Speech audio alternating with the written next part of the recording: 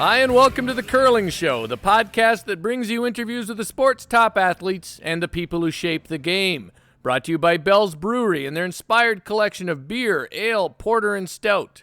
You can find their fine brews in 10 lucky states. If you're in Canada and you're heading south of the border, make sure you look for Bell's. I'm Dean Gemmill, and in this edition, we talked with Kevin Martin a couple of days before the start of the Ultima World Curling Tour's Masters of Curling in St. John's. Thanks for being on the show, Kevin. I appreciate your time. And first of all, congratulations on what's been a very good month for your team, winning the Canada Cup and the Alberta Provincial title. Now, I know you consider the Brier to be one of many great events that you can play in during the season, but with yourself, Jeff Stoughton, and Glenn Howard all making it to Regina, how much extra satisfaction do you take out of being there this year? You bet. You know what? That was one of the first emails I sent out when I got home after the final game, was hearing that Stoughton and Glenn Howard both got in. That's, you know what, I think it bodes well for all the hard work that was put in over the last few years by those three teams plus other teams as well in trying to change our game for the better.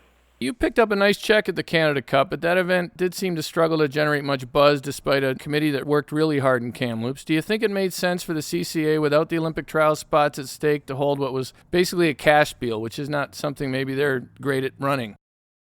Well, I'm not sure. Like you say, the volunteer committee was fantastic, actually, in Kamloops. I do question a little bit about maybe the event not moving at all. I believe it's going to be in the same place till 2009 or 2010. But that being said, you know, it's not our decision as players to decide where events should be and how they should be put on. But it didn't get a lot of excitement locally. I'm not sure about the numbers as far as ratings go on the television, but the event is very well run, and they do look after the players extremely well while you're there. I guess it just seems to me that it was an event without much of an identity this year, but I can understand why they want to keep it going, to keep an identity for it, but it sure seemed to struggle. Hey, the Ultima World Curling Tour, you're heading to St. John's this week for what should be another good slam, the Masters of Curling. Well, playing in this event with a really tough field and a lot of games in a short amount of time, is that going to make the Brier feel a bit leisurely? Well, I don't know. You know, going to Newfoundland, I've been going there for a long, long time, both to Gander for Don Bartlett's event and, of course, for the Masters in St. John's. And, boy, you know, you have a lot of fun in St. John's, and like you say, the field at the Masters, or any of the slams for that matter, but at the Masters, is extremely deep, and it's a tough grind. You know, anytime you have to play a lot of games in 4 days against the very best teams, it is tough. But you know what? You know, with the Masters and then a few days off going into Regina, you know, we're pretty fortunate in having played the Canada Cup, a few days off, the Provincials, and then a few days off playing the Masters. It's been a wonderful last month. Yeah, you know, it should be a great event in St. John's because you've got all the Brier favorites, plus you've got Morris, Furby, Madaw, so it looks like it's going to be a great field, a Canadian field, but a good one. You bet. No, it is going to be a who's who, and obviously Mr. Gushue won't be there because he's busy in Italy along with a lot of the Olympic teams from Europe. So unfortunately, like you say, we're not getting the international flavor that we usually do in St. John's, but it is certainly a who's who of Canadian curling, that's for sure. Hey, I imagine you've been watching the Olympic coverage. After 2002, what sort of emotions go through you when you watch it now? Well, you know, it hasn't bothered. I really thought it was going to bother me, though, to watch the curling on the Olympics, but it hasn't. I've enjoyed it, and we sure are hoping for both Gushue and Kleibrink. And so far, so good. They've made the semifinals, which is all they can do so far. So far, mission accomplished, and hopefully they can both finish it off and bring home some golds. Hey, maybe you've already answered this, but it seems to me that with all the pressure and attention that ends up on any rink that gets to wear the maple leaf, it's becoming a case of be careful what you wish for Canadian rinks. Is there a little part of you that doesn't mind not being there? What do you mean? Well, I just mean it's such a pressure cooker for the Canadian teams, and then they go there, and it always seems, you know, like this week has been quite a roller coaster ride, I think, for both teams. Do you think that Canadian teams are prepared for what they're getting into? Well, I think you bring up a good point. And when it comes to the Olympics, I think we definitely choose our representatives too late. I think that, you know, I'd sure love to see it in February or March of the previous year so that our champions can be, I think, you know, using our the Olympic funding a little more efficiently, I think is probably a proper way of putting it. I think that we may not be doing our athletes, you know, the best we can as far as training goes when they only get 2 months prior to the Olympics and Christmas being in there. I think that if we did it in February or March, we could put more funding into those two teams for a year prior.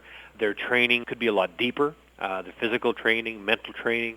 And in this case this year, either both Gushue and Clybrink, neither team have much international experience. We could have sent them to Europe for a month in October, and I think that would have done them nothing but good.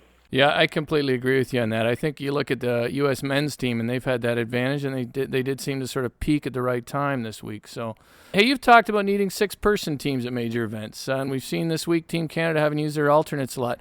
Assuming that 6-person rinks don't happen, do you think Canada should be thinking about taking curlers who can play any position, including skip? I mean, that's a short list of talent, but there's always people like that available. You guys just did that with your 5th man for the Brier, so what do you think about how much thought goes into choosing the alternates?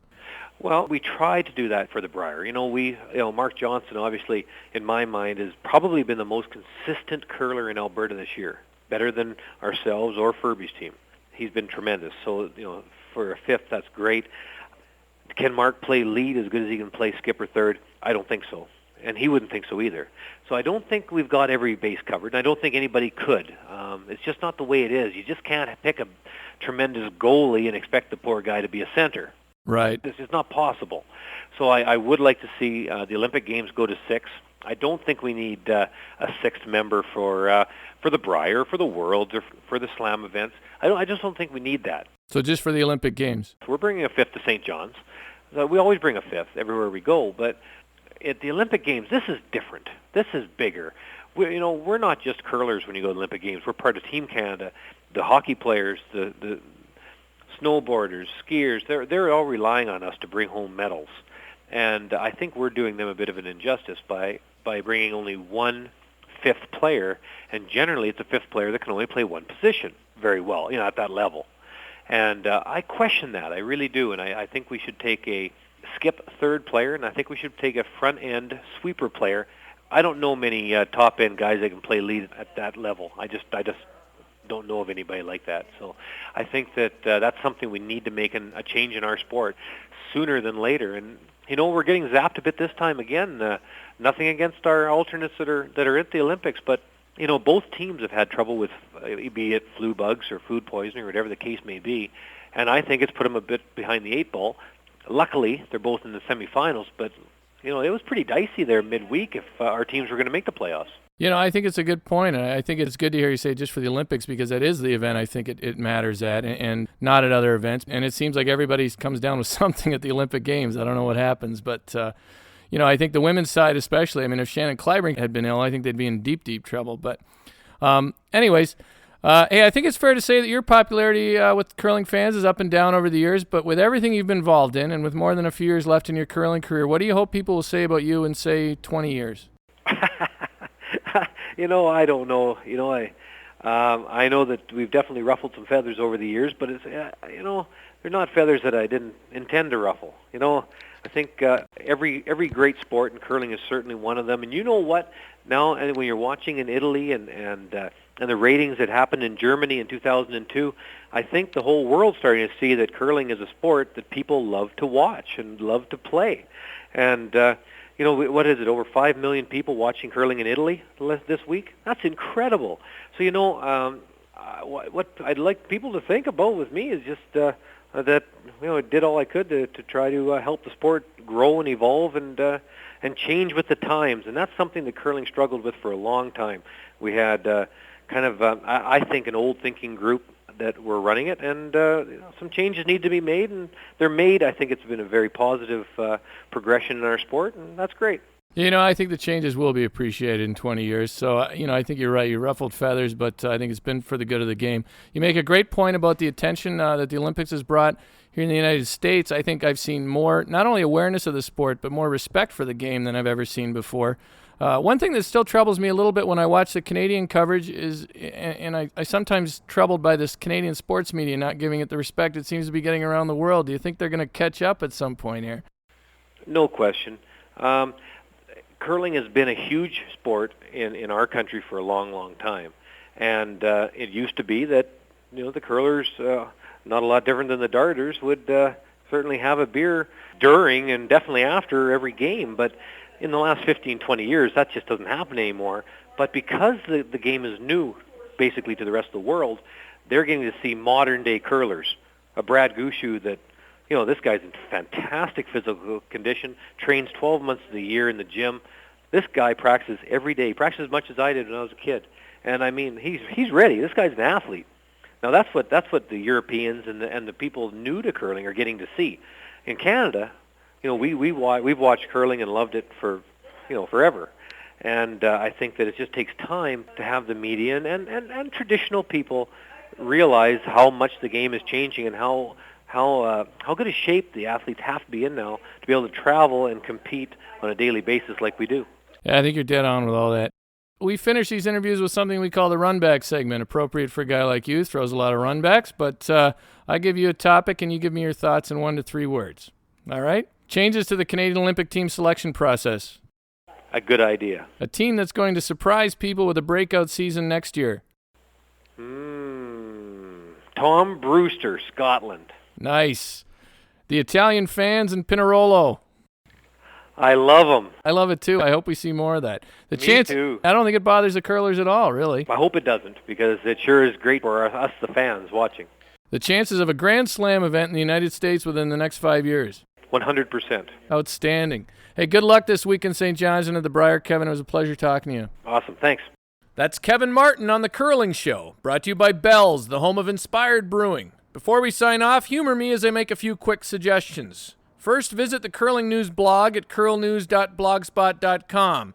It's an especially good read as big events are unfolding. Second, support the efforts of curlingzone.com by buying the Black Book of Curling. The game has never had a better collection of statistics. And finally, if you subscribe to this show regularly, write a review in iTunes. I'd really appreciate it. As always, thanks for listening.